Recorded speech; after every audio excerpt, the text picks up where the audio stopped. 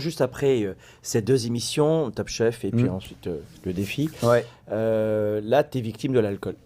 Ah bah pendant Norbert et Jean, Ouais. je suis tout seul à l'hôtel, je suis invité dans les soirées mondaines, l'alcool Ouais. social, tu bois du cheval blanc, tu bois du cheval des Andes, tu bois des rhums de malade.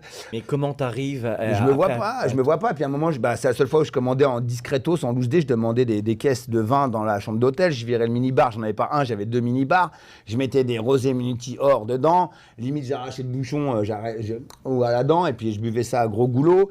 Je mettais de l'alcool dans des bouteilles vertes, là, tu sais, du 7-Up, machin, ou du brut. Et puis on voyait pas. Et puis comme je buvais vraiment avec. C'était pas pour me foutre la gueule à l'envers.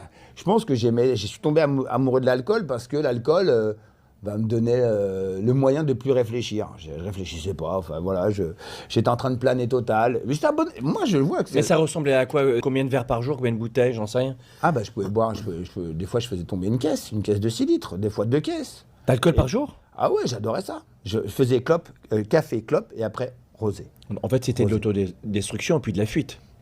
Je sais pas. Écoute, Fuite de la réalité. Bah après, quand je suis monté à 130 kilos, puis le médecin il dit attention, le foie, là, il a 2 grammes de pété, il m'a dit.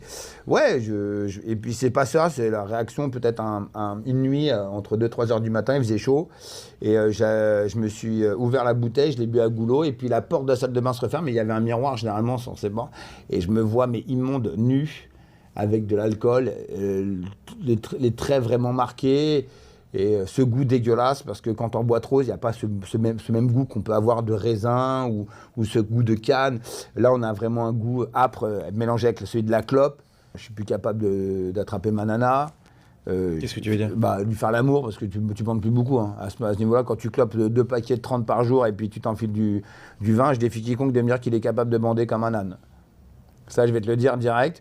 Et puis, ton couple, tes enfants, ils te voient quand tu es en descente, alcool ou drogue. Quand tu es en descente, tu es un vrai con. Donc, tu n'arrêtes pas de gueuler. Puis, toutes les émotions, tu n'arrêtes plus du temps. Alors, déjà que moi, personnellement, j'ai mis du temps à jeun à filtrer mes émotions, à canaliser mes frustrations.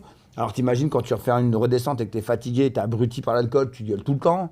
Tes gosses ont peur de toi parce que tu gueules tout le temps. Donc, tu rentres le week-end. Elles ont juste envie d'une chose, c'est que tu te rebarres en tournage parce que tu es tellement con.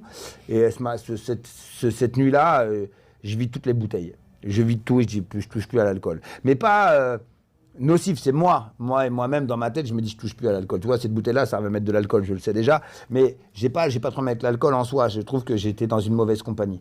La clope, j'ai eu beaucoup de mal à m'en séparer. Qu'est-ce que ça veut dire, j'étais dans une mauvaise compagnie? C'est une relation, c'est pervers narcissique. C'est que tu penses que c'est bon, et tout le monde dit que c'est bon. Tu bois des bons vins, Pouligny Montrachet, Chassagne Montrachet, tu bois